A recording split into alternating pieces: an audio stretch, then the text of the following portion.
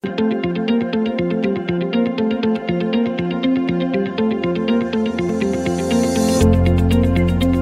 everyone, welcome back to the channel. Today we're going to go over Relapse, his 2009 album. I have skipped Encore, and that's only because I don't have it on vinyl, but Encore is a great album. Anyway, today, this is like a childhood classic for me. I used to listen to this back in like 2009, 2010. Now, I kind of regret doing, well, I don't regret it, but I was 11, 12 when this came out, and I was listening to it, and there's no fault of anyone else, it was my choice. I can't believe, with the lyrical content and the themes in this album, that I could ever understand that young what was going on in this album. It's a horrorcore album, so a lot of the lyrical themes and, well, essentially, to boil it down for you, a lot of the lyrical themes in this album I can't talk about on YouTube because it will be taken down. That should give you a sort of understanding of what I mean. Also, I'm now over here from the last episode, so I am trying different things, and I've never ever filmed with just looking at the camera, I used to film on the laptop, which obviously had the screen, and then I've always had the screen behind the thing, but I'm not doing that now, so it's weird. Anyway, it is a great album, don't get me wrong, but some of the lyrical themes, for me, do go a bit far, which we'll get into. I do think it's one of his best albums, to show you the label there. But, so, Dr. West, which is a great opening skit where he's talking about, he's in rehab, and he's talking about being clean of alcohol and meds, and then it sort of morphs into his bad side, telling him to drink and, take these meds.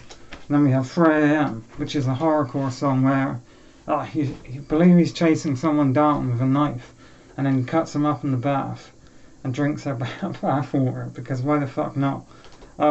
It's a great beat to it, great lyrics if you can stand that horrorcore stuff, and just great overall. And then we have My Mum. My mum loved Valium and lots of coke. That's why I am like I am. Great beat, great lyrics, great production. All the beats on this album. Just love it all round. And then we have Insane. Now Insane has one of the best beats ever on an Eminem song. But the lyrics, it's about stepdad, incest, rape. And it's not, that the beat is great and it's catchy. The lyrics are not so great, to be honest. It's not like the best. And then Bagpipes from Baghdad, where he kind of does a sort of Scottish accent that's not really that great. But the beat is amazing. I love the bagpipes, and I like the lyrics, and I love the hook in it. Bagpipes from Baghdad. I can't rap. I cannot rap. If you think my singing is bad, my rapping is even worse. Seriously.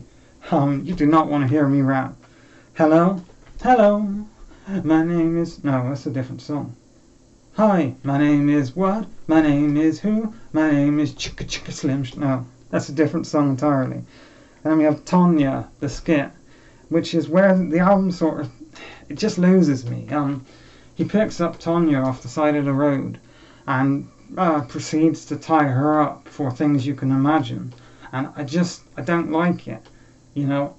There's no, obviously there's never a comedic edge to this happening, but it's just not there. It's just, there's nothing to back it up, I find offensive humour funny. If a joke is really offensive, so long as it's not aimed at anyone, I will laugh. That's normal. I think offence and comedy can go together. But with this, it's just offensive. There's no comedy, there's no substance to it. It's just really offensive and weird and doesn't need to be there, And the song it goes on to, Same Song and Dance, it's just not great. It's just not that best of a song. And then we have We Made You, which was the big single from this album, which is it's a pop rap tune. It's really big, it's really bold, great chorus, great vocals from Eminem, great rapping, flow and style, but it's still lacking something. Medicine Ball, which again, Medicine Ball, he seems to just be really like offensive. He's trying to be offensive, and then he even has someone come in with an accent that, says, "Oh, Eminem, I hate you. I'm gonna kill you. I've always hated you, and I still do." It's just not for me. As much as I love this album, some of the songs are a bit like, really, really, because this album gets a lot of hate, and it's often said to be one of his worst.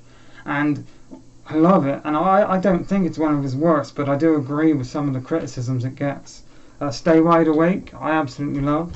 I love the chorus, I love the beat, and I love the production on that song. Old Time's Sake feat Drake. One more time for old time's sake. Dre, drop that beat and scratch that plate. It's alright, it's a bit filler for me, it's not the best. But he talks about getting high, and there's a lot of aeroplane themes in it. And then we have Must Be the Ganja, which is my favourite song on the album. Easily my favourite song on the album. I love the chorus, I love the hook. Must be the ganja, it's the marijuana. And the beat and the production is my favourite thing about the song. Just starts up, the amazing beat, it's so catchy and ear-grabbing, it's brilliant. And then we have Deja Vu. It sort of bleeds into, Must Be the Ganja sort of bleeds into Deja Vu as Eminem or Slim Shady or whoever he's portraying on this album overdoses. And then we get into this really, it's quite beautiful song about how, he's just overdosed and he's lying to people and he needs help. And then we have Beautiful, which was a single from the album. Beautiful starts side 4, and it's one of my favourite Eminem songs.